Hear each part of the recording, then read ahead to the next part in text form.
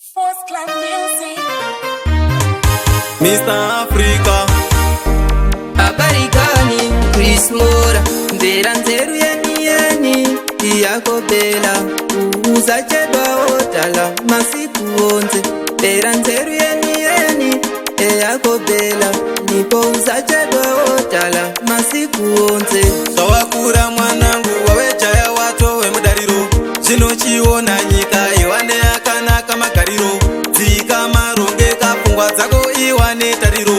Sati wakanda nhando imwe chete yeupenyu, nekuti chose chaunosarudza, chose chaunoita muupenyu chichazokupa mhinduro kumagumo acho. Chose chaunosarudza, chose chaunoita muupenyu chichazokupa mhinduro kumagumo acho. Chingave chakanaka, mhinduro kumagumo acho. Chingave chakashata, mhinduro kumagumo acho. Chingave chakanaka, mhinduro kumagumo acho. Chingave chakashata, mhinduro kumagumo acho. Omora bakatwa uri seri kwavavengi vako, shandisa pfumo rako musewe wakaberekera.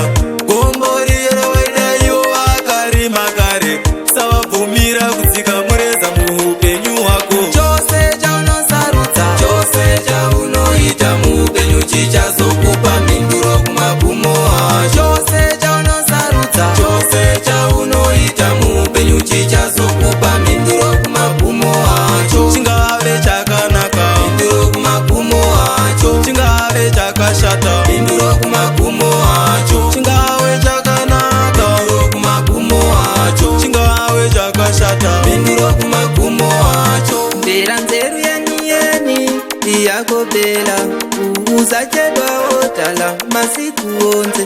Ndera nzeru yeni iyakopela nipo uzachedwa otala masiku onse. Usavarairwa ungapepuka wawira.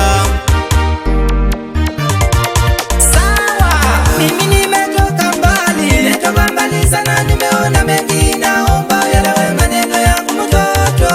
Mimi nimetoka mbali sana, nimeona mengi, naomba uelewe maneno yangu mtoto.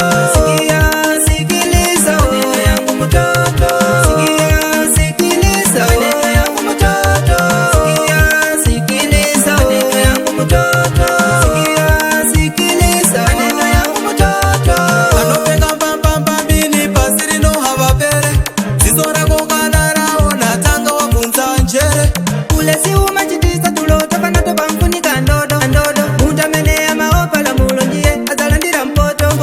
Upenyu hwedu itsoro, yakareba kudarika toro. Ukaitadza unowa mtoro, unokuremera mwanangu. Ena kupatiwa chikololo, maso wako syangana matsogolo. Chuma ndi ulemelelo kokolo, masiku onse sakala chisangalalo. Rova ingoma, pamba inebhora, mutambo watsuka ropa. Okay, kanditi kangoma kete upatukepo. Njira yao chitasoipa, sema jibu lako sasa, sema jibu sasa, sema jibu lako sasa, sema jibu sasa, sema jibu lako sasa, sema jibu sasa, sema jibu lako sasa, sema jibu sasa. Chose chaunoita muupenyu chichazokupa mhinduro kumagumo acho. Chose chaunoita muupenyu chichazokupa mhinduro kumagumo acho. Mhinduro kumagumo acho.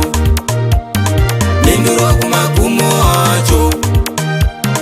Mhinduro kumagumo acho. Mhinduro kumagumo acho.